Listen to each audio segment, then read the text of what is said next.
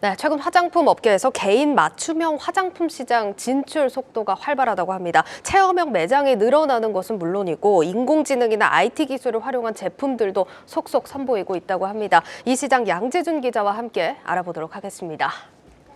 양 기자, 사실 개인 맞춤형 화장품 제도가 이미 좀 시행 중인 걸로 알고 있는데 업계에서 왜 이제 이렇게 주목을 하고 있는 겁니까? 네, 약 3년 전 지난 2020년 3월 국내에서 맞춤형 화장품 제도가 시행된 것은 사실입니다. 네. 하지만 코로나19 팬데믹 영향으로 그동안 빛을 발하지 못하다가 지난해 후반기부터 본격적으로 시장이 확대되고 있습니다. 예. 맞춤형 화장품은 기존에 어떤 경우였냐면 과거에는 소비자의 피부를 컴퓨터가 진단하고 또 이렇게 기존에 출시된 제품을 추천해주는 정도였는데 이제는 ICT 기술은 물론 인공지능, 알고리즘을 통해서나 네. 아니면은 바이오테크 기술이 융합되면서 피부 진단뿐 아니라 그 화장품 원료 첨삭과 제품을 직접 제조해서 원스톱으로 이루어지는 변화를 맞고 있습니다. 이제는 진단부터 제조까지 한 번에 된다는 얘기죠? 네, 실제적으로 보통 30분에서 1시간 정도면 자기가 원하는 맞춤형 화장품을 현장에서 즉석으로 이렇게 제조를 해주고 있습니다.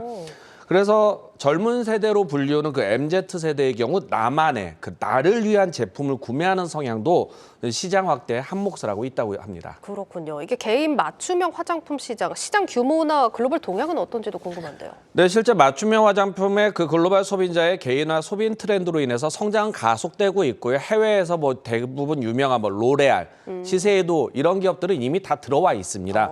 여기에 개인의 그 취향과 개성에 그 최적화된 맞춤 제작의 커스터마이징이 그 프리미엄 화장품이라는 인식이 확산하면서 새로운 소비를 이끌고 있는 것입니다.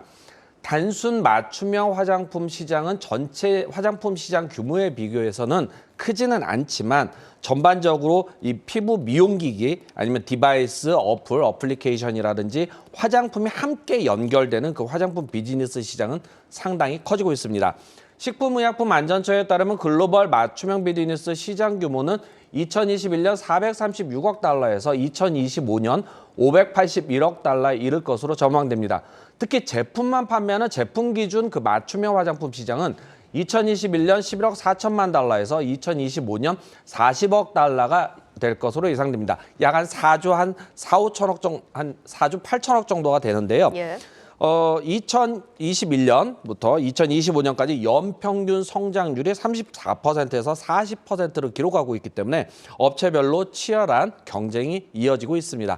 여기서 업계 관계자 얘기 들어보시겠습니다. 많은 회사들이 맞춤형 화장품 시장에 뛰어들고는 있는데 여기에 어떠한 신기술이나 차별화, 새로운 서비스를 접목하는 새로운 영역의 카테고리를 갖추고 있느냐가 따라서 승패가 좌우될 것으로 예상이 됩니다. 안전성과 안정성을 기반으로 개발된 AI 알고리즘으로 98,319가지의 처방을 토대로 타사에서는 아직까지 시도하지 않고 있는 세럼과 크림까지 영역을 넓혔고 이는 단순히 피부 타입별이 아닌 피부 문제점을 세분화시켜서 네, 이제 화장품 하나를 발라도 정말 최첨단 기술이 접목이 된 제품을 바를 수 있게 될 것 같습니다. 이 나라마다 사실 화장품 시장의 규제가 또 각각 다르지 않습니까? 그럼 각국의 이제 해외 규제는 좀 어떤 방향으로 흘러가고 있을까요? 실제 맞춤형 화장품의 그 도입 단계 시기들을 보면은 도입기, 성장기, 성숙기, 쇠퇴기 이렇게 단계에서 본다면 현재는 도입기와 성숙기의 중간 단계이고 우리나라는 이제 초기 도입기라고 보시면 됩니다. 예. 대부분 지금 나오는 제품들을 보면 2만 가지 아니면 수만 가지의 타입별로 제조를 할 수 있는 이런 알고리즘이 연결되어 있는 제품들이 나오고 있는데요. 네. 가장 시장 규모가 큰 북미와 EU 시장을 살펴보면 북미 시장은 피부 고민, 안티에이징, 트러블 케어와 같은 전문화된 그 프로그램을 강화하는 방향으로 가고 있고 EU 시장은 피부 상태를 정확하게 진단하거나 개인에게 맞춤형 제품을 전문적으로 제공하는 방향으로 가고 있습니다. 중국의 경우 최근 맞춤형 화장품 제도를 도입했습니다. 국내 뷰티 업계들도 코로나19 이후 봉쇄 정책을 완화하고 있는 중국을 비롯해서 일본, 동남아 시장을 겨냥해서 해외 맞춤형 시장 진출에 채비를 서두르고 있습니다. 네, 국내 기업은 사실 뭐 국내 규제가 이제 초기 단계라고 좀 이야기를 해주셨는데 국내 기업들도 진출 움직임이 활발하다고요?